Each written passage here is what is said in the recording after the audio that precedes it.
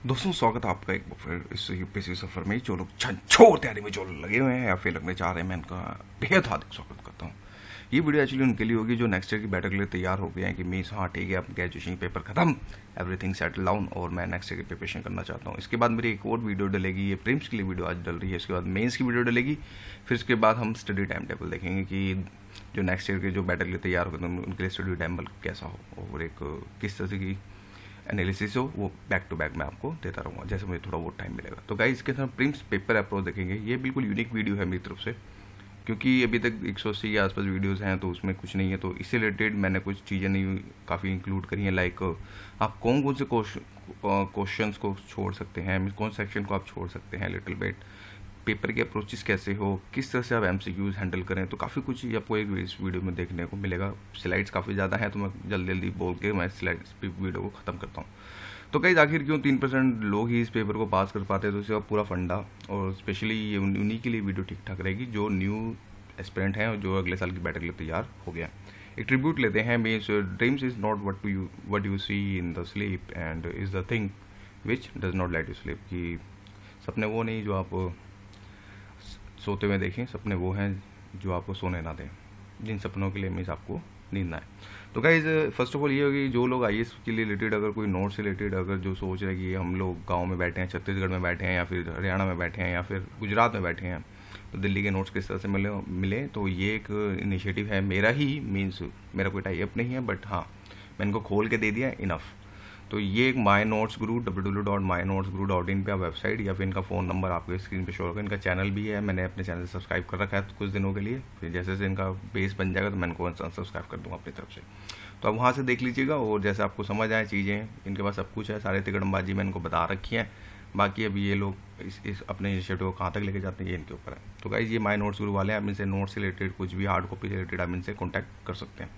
Guys in UPSC के अंदर अगर बात करें कि we can see 2 types of syllabus like static and dynamic. एक पार्ट तो वो होता है कि हाँ भी ठीक है, बिल्कुल जो चाहे आप इस साल पे अगले साल पेपर दें या फिर 5 साल के बाद दें, चीज़ें सेम रहेंगी। एक होता है डायनेमिक, हाँ भी हर साल में कोई ना कोई नई चीज़ें हमें करंट से रिलेटेड हमें देखनी पड़ती हैं और वो जो चेंजेस हैं वो डायनेमिक होंगे और वो बिल्कुल चेंज होते रहते हैं। मीन्स हर साल आपको कुछ ना कुछ नया चीज़ आपको देखनी पड़ेगी। लाइक एडिटोरियल्स आपको पढ़ने पड़ेंगे। एडिटोरियल्स क्या होते हैं कि भाई जिसके अंदर अगर बात करें न्यूज़पेपर के जो विचार आते हैं, मीन्स एक संपादक क्या लिखना चाहता है आज के करंट सिचुएशन के हिसाब से, तो उसके रिलेटेड डिफरेंट एंगल्स हमें देखने को मिलते हैं।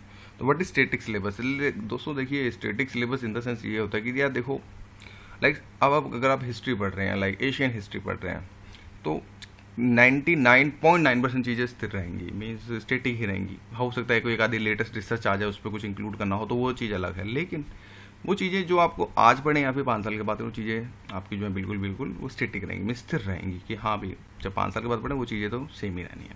लाइक फिजिकल ज्योग्राफी होता है, जैसे फिजिकल ज्योग्राफी जो रिसर्च हो गई, अब उसके अंदर कुछ ज़्यादा खास चेंजेस हमें देखने को नहीं मिलते। बेसिक इकोनॉमिक की टर्म्स होगी, साइंस हो गया, पॉलिटी, कॉन्स्टिट्यूशन ऑफ इंडिया हो गया। भाई अब कितना भी अमेंडमेंट कर लो तो एक आधा ही अमेंडमेंट अगर इंक्लूड हुआ तो इस वजह से मैंने 99% स्टेटिक्स रखा है। मीन्स यार सिंपल सी बात है, चाहे आज पढ़ें या फिर 5 साल के बाद पढ़ें, चीज़ें जो है सेम रहती है। लाइक मैथ्स के कंसेप्ट हो गए, तो अगर मैथ्स के कंसेप्ट हो गए तो बिल्कुल भी वो चीज़ें भी सिंपल रहती हैं। गाइस डायनामिक के अंदर करंट अफेयर, गवर्नमेंट की new policy, science tech, environment के अंदर कुछ नया इश्यूज अगर आते हैं तो वो चीज़ें सारी जो है डायनामिक होती है। जैसे सर्टेन एग्जांपल्स थे, नथिंग एल्स। गाइस यूपीएससी के अंदर अगर बात करें ओवरऑल की इसकी पैटर्न बिल्कुल चेंज हो गया है। लास्ट ईयर के क्वेश्चन की बात करें 27 क्वेश्चन जो है पूछे गए थे करंट अफेयर से। यानी कि आपको यहाँ से एक चीज़ पता चलेगी कि आप करंट अफेयर को आप हल्के में नहीं ले सकते। अगर बात करें तो नेक्स्ट ईयर अगर बैटल के लिए तैयार हो गए हैं तो आप इस करंट अफेयर को आपको एवरी मीन जब आप प्रिपरेशन स्टार्ट करेंगे तो स्टैटिक के साथ साथ आपको डायनेमिक पार्ट भी आपको रखना पड़ेगा। यानी कि स्टैटिक पे सबसे ज़्यादा फोकस रखने के साथ साथ आपको डायनेमिक पार्ट पे भी रखना पड़ेगा। तो क्वेश्चन आपके दिमाग से यहाँ से निकल के आ सकता है कि भाई क्या मैं स्टार्टिंग से डायनेमिक करना स्टार्ट करूँ तो स्टैटिक के पीछे क्यों भागूँ, बहुत ज़्यादा वास्ट है। यार देखो, जब तक आप स्टैटिक नहीं करोगे तो डायनेमिक कैसे समझोगे? अगर आप कुछ नहीं पता आप लोगों को और अगर आप द हिंदू का न्यूज़पेपर फ्रंट पेज खोल के बैठ जाओगे तो वो समझ ही नहीं आएगा, उसका डिटेल खोलोगे तो वो समझ ही नहीं आएगा क्या ये कहानी चल रही है। तो जिस वजह से यस हमें स्टैटिक पार्ट को भी सबसे ज़्यादा फोकस करना होगा, तो इस चीज़ को आप ध्यान रखिएगा। गाइस 2 तरह के एग्जांपल्स लेके चलते हैं। लाइक एक होता है कि लेट्स सपोज आपने प्रिपरेशन अब स्टार्ट करी। देखिए मैं आपको सर्टेन एग्जांपल्स भी देखेगा, फिर उसके बाद चलेंगे मेन मुद्दे के ऊपर कि लेट्स सपोज आपने स्टार्ट करी। भाई एक बंदा वो है कि did not make notes, use and number of book, बहुत ज़्यादा बुक्स पढ़ी, read 12 hours per day, did not analysis anything, finally fail. एक दूसरी तरफ बंदा है make notes, read only limited books, read only 7 hours per day. Per day means in the sense कि every day, accept कोई एक आधा एक्सेप्शन केसेस हो जाए, तबियत खराब हो जाए, चीज़ अलग है, लेकिन एवरी डे कंटिन्यूटी रख रहा है। एनालिसिस है lot of for the exam की भी क्या छोड़ना है, क्या पढ़ना है, कौन से नोट्स लगाने हैं, समथिंग लाइक दैट, कुछ तरह की थिंग्स, और फाइनली पास। तो गाइस इसका मतलब यहाँ पे आपके 2 एग्जाम्पल्स है। एक होता है गधा मेहनत, आंख बंद करके कुछ पता ही नहीं है, बस पढ़े जा रहे हैं, हाँ यूपीएससी देना, घर वालों ने बोल दिया, फिर अपनी जिद है उसको पकड़ लिए करना है। लेकिन नहीं, किसी टारगेट को बीट करने के लिए आपको पहले पेपर अप्रोचेस को समझना बहुत जरूरी है। मैं जब तक आप पेपर अप्रोचेस उसके ये चीज़ें देखिए, क्वेश्चंस निकल कहाँ से रहे हैं, तो फिर मज़ा नहीं आएगा। और चीज़ों को समझने की कोशिश कीजिए। मैं हमेशा ये बोलता हूँ कि यार चीज़ों को समझें मेरे चैनल पे, रटने की जरूरत नहीं है यार। कुछ लोग तत्वों की तरह रटवाएं, बट मैं कहता हूँ जो रट्टा है तो रट्टा मारना ही है, लेकिन चीज़ों को मैक्सिमम समझें।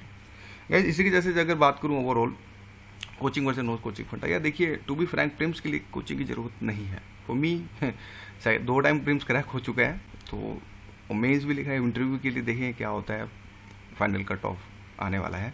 तो गाइज अगर बात करें कोचिंग वर्सेस नॉन कोचिंग फंडे के लिए, प्रीम्स के लिए जरूरत नहीं है यार। अब ये मुखर्जी नगर, ओल्ड नगर में दुनिया भर के पैकेज चला देते हैं, सुपर फास्ट चला देते हैं, ये कोचिंग लो, ये फलाना डिगड़ा। एक्चुअली क्या होता है ना, जब आप कोचिंग लेना स्टार्ट कर देते हैं ना, तो आप कोचिंग पे डिपेंडेंट हो जाते हैं, आपकी जो सेल्फ कैपेबिलिटी वो खत्म हो जाती है। ठीक है यार, सामने वाला कोचिंग वगैरह दे रहा है, किसी के भरोसे बैठे हैं, जब आप भरोसा स्टार्ट करते हैं तो वो आपकी लगा देता है अच्छे से पीछे तक की। तो बेटर है कि कोचिंग को, प्रीम्स के लिए तो एटलीस्ट मैं बोलूँगा बिल्कुल ज़रूरत नहीं है। तो प्रीम्स के लिए आप कोचिंग के लिए पीछे ना भागें, क्योंकि इसके पीछे मैं आपको फीडबैक भी दिखाऊंगा। बट हाँ, मैं ये बोल सकता हूँ अगर आपको ऑप्शनल सब्जेक्ट है, लाइक ऑप्शनल है, तो मैं बोलता हूँ कि अगर आपके पास पैसा है तो ले लो यार, मैं मना नहीं करूँगा। कोई अच्छी सी कोचिंग ले लो, बेटर रहेगा कि एटलीस्ट कुछ तो कुछ आपको चीज़ें देगा। और मैं ये बोल सकता हूँ जीएस मेंस के लिए कि at least try to join any test series, कि टेस्ट सीरीज तो एटलीस्ट जरूर ज्वाइन करना है, ताकि आपको अपना फीडबैक आपको मिलता है बैच से। हाउ टू चूज ऑप्शन, मैंने 17 वीडियो देखिए यहाँ पे बना रखी हैं, कुछ 17 वीडियोज हो चुकी हैं अभी तक घीस काट के, तो उसमें से देख लें, थोड़ा एनालिसिस मिल जाएगा, पता चल जाएगा क्या लेना है क्या नहीं लेना है, कैसे पढ़ना है, थोड़ा बहुत जो मुझे चीज़ें समझ आई मैंने आपको बता दी यहाँ पे। गाइस इसी के जैसे एक फीडबैक आया मुझे, मीन से एक मेल आई है मेरे पास रिलेटेड। मैं देखिए ओपन पेज है और मैं यहाँ पे निष्पक्ष होकर बात करता हूँ, तो मेरे पास ये पूरी मेल आई है। देखिए इसके अंदर इन्होंने बोला है कि भाई विजन से रिलेटेड इन्होंने फीडबैक दिया है, इनका ऑनलाइन सब्सक्रिप्शन इन्होंने लिया था कोई, तो ये बोलते हैं कि भाई प्रोज में ये है कि give some idea what UPSC is, and by chance if you get the good teacher of any subject you have a good luck. लेकिन इनके कॉन्स में इन्होंने ये बोला कि जो इनके लेक्चर्स हैं भाई वेरी लॉन्ग है, बहुत ज़्यादा लॉन्ग है, was very difficult to complete all lectures and feel your money go in waste. Teachers are not so good except IR. ये बोलते हैं कि भाई जो टीचर्स अच्छे नहीं हैं, सिर्फ आईआर के इंटरनेशनल रिलेशनशिप के जो टीचर उनको छोड़ के, no good faculty for ethics, ethics के लिए इनकी कोई गुड फैकल्टी नहीं है। Length of the lectures are around 2 hours और कुड नॉट डाउनलोडेबल, भैया ये लेक्चर्स डाउनलोडेबल नहीं हो सकते जैसे मेरे लेक्चर्स डाउनलोडेबल होते हैं, and quite a wastage of time. तो ये इन्होंने प्रॉन्स कोच भेजे और इन्होंने यही बोला कि भाई please spread my message to other student. ये काफ़ी चौथी बार मेल आई थी मुझे, तो इस वजह से मुझे इस चीज़ को इंक्लूड करना पड़ा। तो गाइज बाकी अपने हिसाब से प्रोज कोच देख लीजिएगा जैसे भी है। गाइज प्रीम्स के अंदर देखिए अगर बात करें तो सिविल सर्विस के अंदर 3 तरह के एग्जाम्स, तीन स्टेजेस होते हैं, आपको अगर बात करें 3 दरवाजे तोड़ने हैं। एक होता है प्रीम्स, मेंस और इंटरव्यू। प्रीम्स के अंदर सबसे ज़्यादा ड्रेस होती है, मीन्स सबसे ज़्यादा अगर बात करें 10 लाख से ज़्यादा एस्पिरेंट आपको यहीं मिलेंगे, और ओनली 50% जो पेपर अपीयर करते हैं, ओनली 3% अपीयर्स जो अगर बात करें 3% ही जो लोग हैं तो होते हैं मेंस के लिए सिलेक्टेड होते हैं। तो गाइस प्रीम्स के अंदर देखिए सबसे ज़्यादा दौड़ यहाँ होती है, फिर मेंस में कुछ छट जाते हैं, मैक्सिमम लोग छट जाते हैं, फिर इंटरव्यू के लिए और छट जाते हैं, क्रीम पार्ट यहाँ पे इंटरव्यू तक पहुँचता है गाइज। और इसके अंदर अगर बात करें तो टॉपर्स के टॉप 100 अप्रोक्सीमेटली बता रहा हूँ, डिपेंड ऑन सिचुएशन और कैटेगरी और वैकेंसीज के ऊपर, कि टॉप 100 को श्योर होता है कि गेट आईएएस मिल जाता है। कभी ऐसा भी हुआ कि भाई 90 वाले को भी आईएएस नहीं मिला है, तो इस चीज़ को भी याद रखिए, depend on situation and category के ऊपर होता है। और 100 to 250 के ऊपर आईपीएस मिलता है, इंडियन पुलिस सर्विस, और 250 to 350 के आसपास तो आईआरएस मिलता है। तो ये टॉप 3 रैंक्स होती हैं जो लोग, मैं बेसिकली तो टॉप 2 ही को ज़्यादा प्रेफर करते हैं, बट तीसरी भी मैंने डाल दी। एलिजिबिलिटी की बात करें अगर आप जनरल क्लास कैटेगरी से हैं तो 32 साल आपकी टॉपर एज होगी, और ध्यान रखिए जो एज जो काउंट होती है वो 1 अगस्त को काउंट होती है। तो 1 अगस्त से अगर आप 32 साल तक हैं तो आप 6 अटैम्प्ट दे सकते हैं, और ओबीसी में 35 हैं और 35 ईयर है, 9 अटैम्प्ट हो गए हैं। एससी और एसटी में अगर बात करें तो 37 ईयर है और ये आपके 9 बार हो गया। तो प्लीज़ रेफर, ये बोलूँगी ऑफिशियल नोटिफिकेशन से रिलेटेड आप बात करें। लेकिन एजुकेशन क्वालिफिकेशन की बात करें यार, आपके पास you must have original degree at the time of interview. अगर बात करें तो आपका ओरिजिनल डिग्री आपके हाथ में होनी चाहिए जब आप इंटरव्यू दें, या फिर मेंस भी अगर देना, क्योंकि मेंस के लिए भी आपको स्कैन करना पड़ता है डेटा, आपको डॉक्यूमेंट। तो ओपन स्कूलिंग वाली भी काफ़ी सारी मेल्स आते हैं कि open schooling correspondence are also eligible for this, कि ऐसा नहीं है यार कि ओपन स्कूलिंग है तो क्या हम छूत हो गया, ऐसा कुछ नहीं है यार। आपकी हो सकता है आपके सर्कमस्टांसेस डिफरेंट हो, तो क्या करें, गरीबी से लड़ रहे हैं आप लोग भी, तो फिर भी फाइट तो कर रहे हैं। तो ओपन स्कूलिंग वाले भी एलिजिबल है, even those who did 10th और 12th class from IUNS open schooling, तो यार आप लोग भी एलिजिबल हो। इग्नू का अगर बात करें, इग्नू की जो डिग्री है बहुत वैलिड है और इग्नू से बंदे निकाले भी गए हैं। इग्नू ने मीन बात करें तो लास्ट कुछ 2012 के अंदर आई थिंक 2012-11 के अंदर 2 बंदे जो है इग्नू से भी सिलेक्ट हुए थे, टॉपर्स के अंदर आई उसके अंदर। तो ओरिजिनल डिग्री मीन्स आपके पास रिकोनाइज डिग्री होनी चाहिए, मीन्स UGC के अंदर आपके पास डिग्री होनी चाहिए, कोई झोला छाप डिग्री नहीं, UGC के अंदर डिग्री होगी तो आपका काम हो जाएगा। गाइस इसी तरह अगर बात करें प्रिम्स पैटर्न के ऊपर, प्रिम्स पैटर्न के अंदर 2 पेपर होते हैं, एक दिन के अंदर ही 2 पेपर होंगे, आपकी लग जाएगी अच्छे से। और अगर बात करें तो पहले पेपर जो होता है जनरल स्टडी, जिसको GS1 कहते हैं या फिर जनरल स्टडी PT कहते हैं, अलग अलग कट ऑफ माई बाप यही होता है पेपर। और एक दूसरा पेपर होता है CSAT in the sense need only 33% of qualify होता है। और इसमें आपको मैथ्स रिलेटेड, रीजनिंग, इंग्लिश आता है। इंग्लिश जो हिंदी मीडियम वाले हैं उनके लिए हिंदी आता है, उसमें उसकी जगह हिंदी कंप्रेशन होते हैं, करने होते हैं। अगर IAS प्रीलिम्स की बात करें तो उसके अंदर 200 मार्क्स होते हैं, 100 क्वेश्चन होते हैं, 2 आवर्स का इसमें टाइम होता है। ये गाइस इसलिए बता रहा हूँ कि स्टार्ट करना पड़ेगा ना, इस वजह से क्या बताएं। तो गाइस अगर प्रीलिम्स सिलेबस की बात करें, अगर मैं बात करूँ यहाँ पे सिलेबस की 200 मार्क्स की और 100 क्वेश्चन की, तो जो 100 क्वेश्चन जो निकल के आते हैं वो इसमें से आते हैं कि history, geography, polity, economic, environment science, today environment news, current affair, GK, current government plans, policies, miscellaneous. और CSAT के अंदर English language interpretation skills, logical basic numeric, ये सारी चीज़ें हमें देखने को मिलती हैं।